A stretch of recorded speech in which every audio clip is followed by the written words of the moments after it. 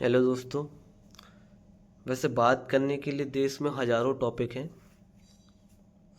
हम बात करते सकते हैं भ्रष्टाचार के ऊपर, हम बात कर सकते हैं रेप के ऊपर, हम बात कर सकते हैं बाढ़ में आई प्रॉब्लम्स के ऊपर, और भी बहुत सारे टॉपिक हैं जैसे E20, petrol, ethanol, mixed petrol हो गया, और बहुत से टॉपिक। लेकिन मुद्दा अभी जिस टॉपिक का भारी गरमाया हुआ है भारत के अंदर, वो पेपर लीक का है। नीट पेपर लीक जो हुआ है, और उसके तहत जो पार्टी का गठन हुआ है, CJP, कॉकरोच जनता पार्टी, उस मुद्दे पे बात बहुत ज़्यादा हो रही है। सोनम वांगचुक के हड़ताल के ऊपर बहुत ज़्यादा बात हो रही है, भूख हड़ताल के ऊपर, जो अनिश्चित काल का उन्होंने भूख हड़ताल का प्रण लिया हुआ है। और ये मेरे लिए नहीं, मुझे ऐसा लगता है कि ये बहुत शर्मसार कर देने वाली बात है। सोनम वांगचुक जो कि पर्यावरणविद, शिक्षा शास्त्री और देशव्यापी, देश के प्रमुख वैज्ञानिकों में से एक हैं, वो आज लगभग 20 दिनों के आसपास हो चुके हैं भूख हड़ताल को। 8.5 किलो का लगभग वजन उनका कम हो गया है। शर्म आती इसलिए भी है क्योंकि कोई बेवकूफ़ों वाला मुद्दा लेके नहीं बैठे, वो बहुत लॉजिकल बातें कर रहे हैं। आप पेपर लीक हुआ है देश भर के अंदर, तो आप उसका रिस्पॉन्सिबिलिटी कौन लेगा, अकाउंटेबिलिटी कौन लेगा? कौन सामने आके बोलेगा कि हाँ इस फलानी एजेंसी की गलती थी, तो हम हाँ गलती का मानते हैं और हम अपने जो एजुकेशन मिनिस्टर हैं उसका रिज़ाइन कर देते हैं, धर्मेंद्र प्रधान जी का। कौन रिस्पॉन्सिबिलिटी लेगा? जब वो आदमी मर जाएगा तब आप रिस्पॉन्सिबिलिटी लेने जाओगे? मैं आपको लिटरली बता रहा हूँ, मैं अभी एलिजिबल नहीं हूँ, उतनी ज़्यादा मेरे पास अच्छी स्टेबिलिटी नहीं है, नौकरी नहीं है मेरे पास, तो मैं अभी दिल्ली के जंतर मंतर में जाने पे थोड़ा सा असमर्थ हूँ। कुछ फैमिली इश्यूज़ हैं, फाइनेंशियल इश्यूज़ हैं, जिसके तहत मैं जा नहीं सकता, कुछ कारण है। बट आप आवाज़ तो कहीं से भी उठा सकते हो। गलत को गलत बोलने के लिए आपको किसी की परमिशन लेने की ज़रूरत नहीं है। आप इस समाज का हिस्सा हैं। यदि paper leak, NEET paper leak के कारण 10 से ज़्यादा, 12 से ज़्यादा बच्चों ने सुसाइड किया है, तो ये आपकी रिस्पॉन्सिबिलिटी है कि आप उस पर बात करें, आप अकाउंटेबिलिटी लें। हर भारतीय की मुझे लगता है कि ये जिम्मेदारी होनी चाहिए। मैं केवल मेरी, सोनम वांगचुक सर या फिर कोई और लोगों की बात नहीं कर रहा हूँ। ये पॉइंट कोई सरकार विरोधी पॉइंट नहीं है, ये आइडियोलॉजी विरोधी पॉइंट है। आप किस विचारधारा के साथ आगे बढ़ रहे हैं या देश को आगे बढ़ाने का प्रयास कर रहे हैं? आप ये लगातार प्रूफ करने की कोशिश कर रहे हैं कि शिक्षा और स्टूडेंट्स की वैल्यू कुछ भी नहीं है देश भर में।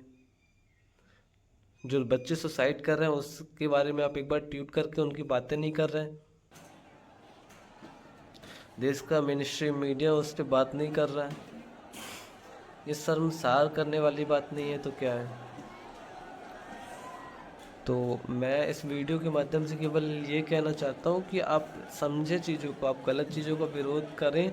सोनम वांगचुक सर को सब, मैंने बहुत सारी चीज़ें नोटिस की अपने लाइफ में। मैं 25 साल का हो चला हूँ, और मुझे ऐसा लगता है कि सोनम वांगचुक जैसा वैज्ञानिक, सोनम वांगचुक जैसा व्यक्तित्व तो हर देश के पास नहीं होता। उनकी वैल्यू आप समझते नहीं हैं। वो भूख हड़ताल पे बैठे हैं, आप उनकी वैल्यू समझते नहीं हैं, वो कितने इम्पोर्टेंट है देश के लिए। किसी और कंट्री में इंसिडेंट हो रहा होता तो बहुत बड़े देशव्यापी आंदोलन हो जाता है। यहाँ पे देशव्यापी आंदोलन होने से सरकार रोक रही है, लाठीचार्ज होते हैं स्टूडेंट्स के ऊपर। आप पर्यावरण को सुरक्षित करने की बातें करते हैं तो आपके ऊपर क्लेम लगाया जाता है देशद्रोही होने का, आपको 6 महीने के जेल के अंदर डाल दिया जाता है।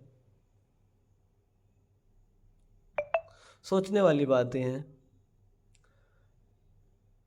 आप स्वयं सोच सकते हैं, मैंने यदि एक भी शब्द इसमें से गलत कहा हो तो।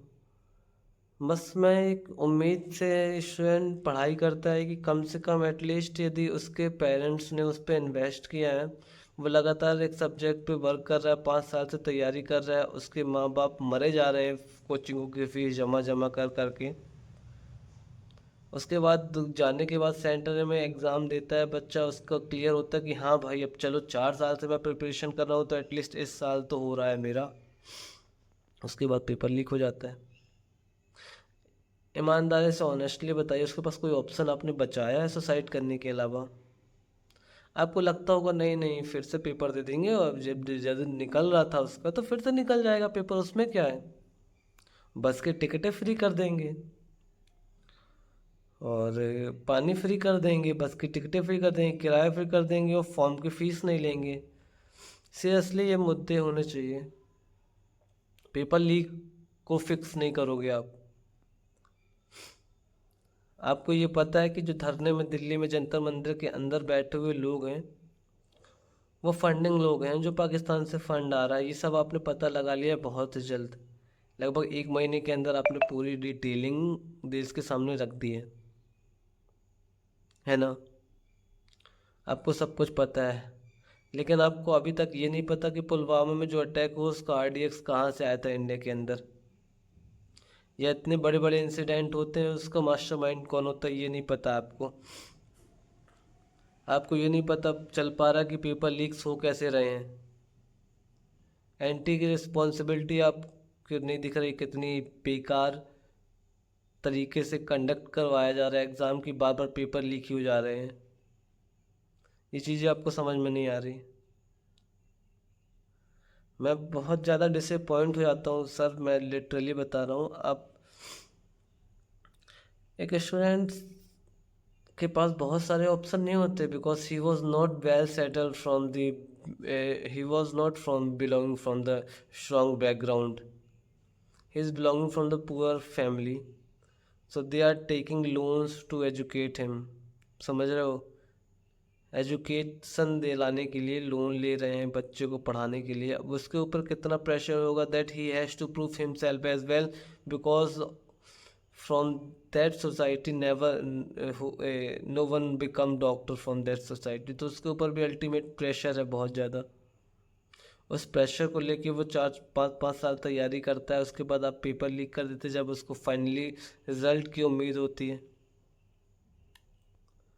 आप पकड़िए ना माफियाओं को, आप एग्जाम्पल सेट कीजिए ना कि सोसाइटी उनको उनको ऐसी सज़ा दीजिए ना, ऐसा कुछ कानून बनाइए ना ताकि ऐसा करने वालों को हज़ारों बार सोचना पड़े।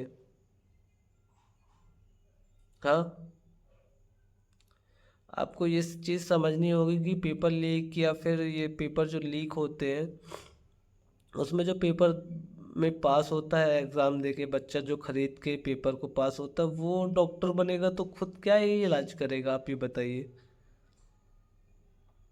ऐसा बिल्कुल भी नहीं होगा कि आपको चीज़ें नहीं पता हो, गवर्नमेंट को नहीं पता हो, क्योंकि गवर्नमेंट की बॉडी के अंडर में पूरे प्रोसेस हो रहा है।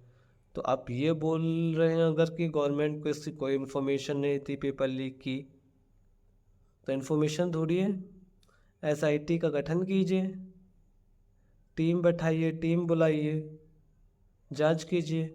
लेकिन आपको इसके लिए कहाँ पे टाइम है? आप चुनाव आने वाला है, अब आप चुनाव में पेट्रोल के दाम गिराएंगे, पाकिस्तान के ऊपर अटैक करवाएंगे ताकि वोट बैंक आपकी बढ़े।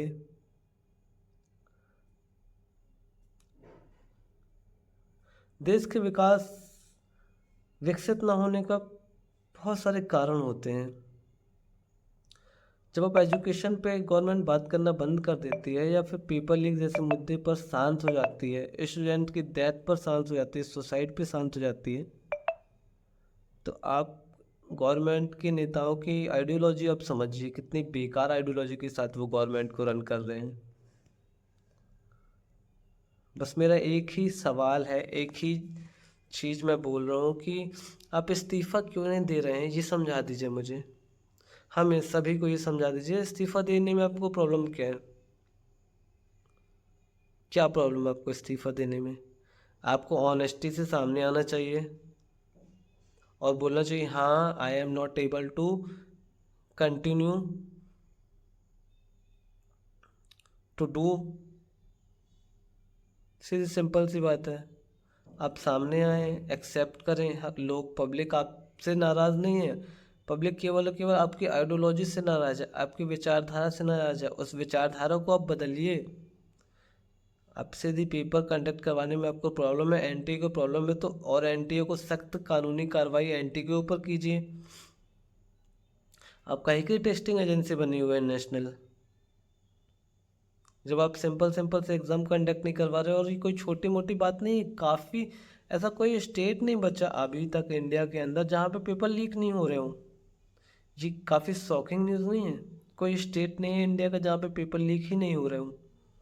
तो हर स्टेट में कहीं ना कहीं माफियाओं का काम पूरा बना हुआ है, एक एक चेन से जुड़ा हुआ है माफियाओं का काम पूरा।